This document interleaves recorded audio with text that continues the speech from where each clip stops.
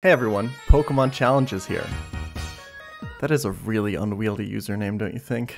Okay, real talk. I'm unhappy with where this channel is at right now. I'm definitely no longer the best nuzlocke in the world, and I don't like a lot of the videos I put out last year. So in this video, let's just talk about how I think last year went, how I'm going to change things for this upcoming year, and what that means for you as the viewer. You know, objectively, 2023 was a great year. Me and my team made a ton of videos that I think turned out extremely well. In 2016, I started out as a streamer on Twitch, who would upload his stream highlights to YouTube, but as the content landscape changed over the years, I've been transitioning from a streamer into a full-on YouTuber. 2023, I think, marks the year that that transition was completed.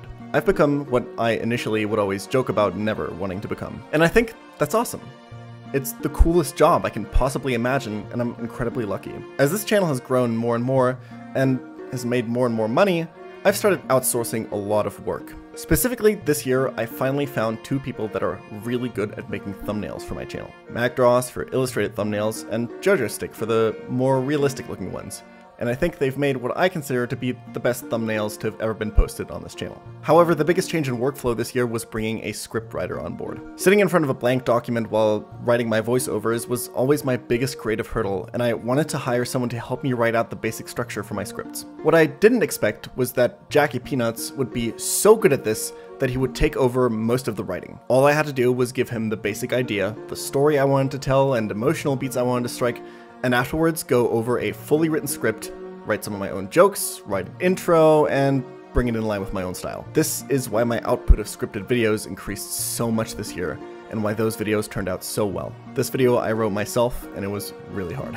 My editors also put in a ton of work this year. Just one standout example is Minecraft Wukong editing the entire Speedrunners vs Nuzlockers race that had dozens of hours of footage in just 3 days, because we had a sponsor deadline. I'm especially proud of our work on the Garbage Green video. I think it's one of the best videos we've ever made. The intro animation by Zerg, the pacing, the storytelling, everything just came together for that video. It's also the only video I've ever made where I'm actually kind of proud of a few jokes that I wrote. The recap video of my first run and bun attempt was another video I'm extremely happy with.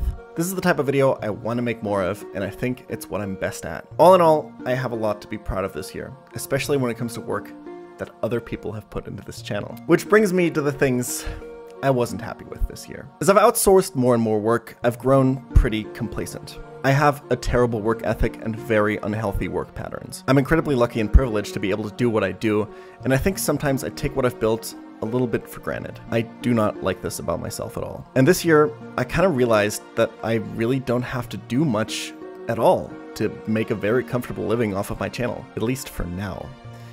I started procrastinating projects and videos until the end of each month, only to write and record a half-assed video idea instead of just going live and streaming a long-term Nuzlocke project, because I'd scheduled 2 or 3 sponsor placements for the month. This has become so much of a pattern that people in my community have noticed me only ever uploading in the last days of the month, and saying, "Oh, I guess the sponsor deadline was up," has become an actual meme in my comments. And I think, initially, that's okay.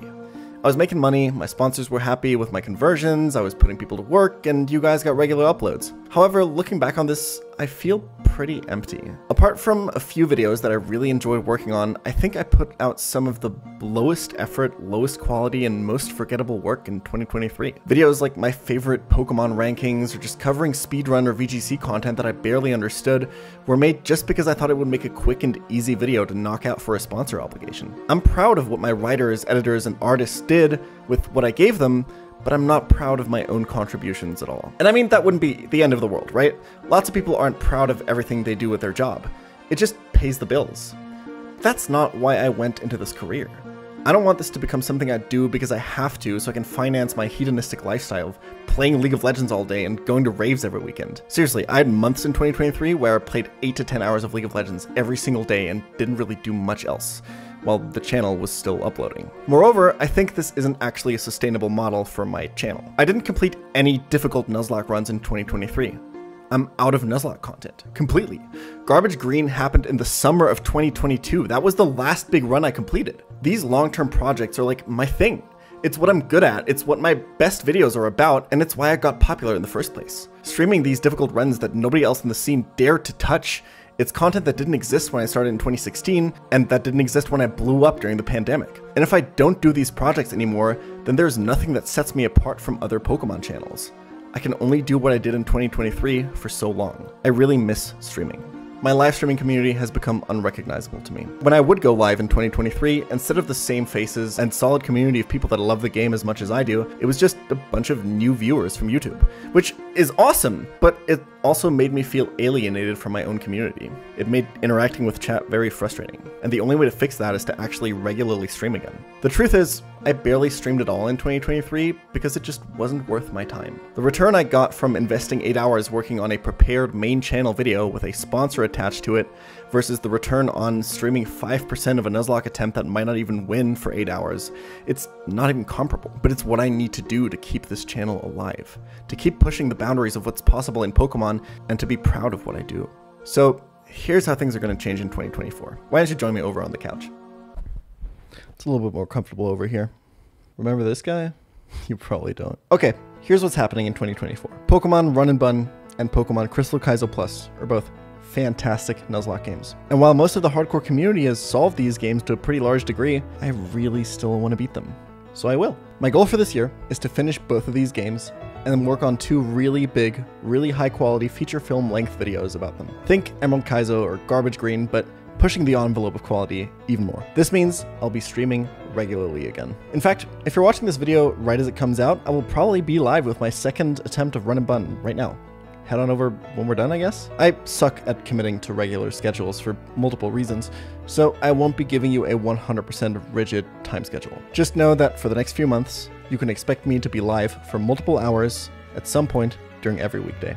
This means that pChal Daily will finally be returning, something that you guys on YouTube have dearly missed for good reason. Luke, who manages the channel, is fantastic, and I'm so excited to work with him again. It also means that I'll be taking less sponsor deals for the main channel, meaning there will be only 1 main channel video a month for now. Maybe attempt recaps, maybe tier lists, maybe reactions, and maybe more nuzlocking events and tournaments. But I do want to focus back on only nuzlocking. And you know what? Some of those videos will not be the highest quality you've ever seen, but my hope is that going down from 2 to 3 videos a month to 1 will make that one upload more meaningful. We've also created a new way for you to contribute to the channel. A Patreon. It's very simple. There's only 2 tiers. The first tier is only $2 a month and will allow you to contribute nicknames for my Pokemon as I do my runs. We built an entire website for this to make it as easy as possible. The second tier is $5 and will grant you access to exclusive director's commentaries to my old videos. In fact, the director's commentary to my Emerald Kaizo video is up there right now for you to watch. Every month, patrons will be able to vote which video they want a commentary for next. And I plan to add additional content for $5 patrons in the future. Maybe you have some ideas for that. Yeah, the fact that I got away with this paralyzed Kabuto is fucking wild, man. Look at the Mario emote, I don't know why. I needed to win at this point or it would have been less interesting the next time, but also me winning here instead of the first time I went to the Elite Four made the stakes higher. Just everything came together for this so perfectly. Finally, as you might be able to tell, we've also reworked my branding for this new era. The old overlays and logos have been around for just a little bit too long, and I wanted to make things look a little bit more professional. I've also taken this opportunity, as you can tell, to rework my studio a little bit. Unfortunately, the only remaining issue is that this quality won't come across on stream sometimes because my ISP has been really awful. I really hope I can resolve that soon. So, to recap. Here's what's changing in 2024. I hate that I haven't been doing big, difficult Nuzlocke projects and want to change that. The goal this year is to beat Run and Bun and Crystal Kaizo Plus. This means that regular streams are coming back. Expect to catch me live every weekday. pChal Daily is coming back, and there'll be less main channel videos per month. Oh yeah, and one more thing. That's a little bit cleaner, don't you think?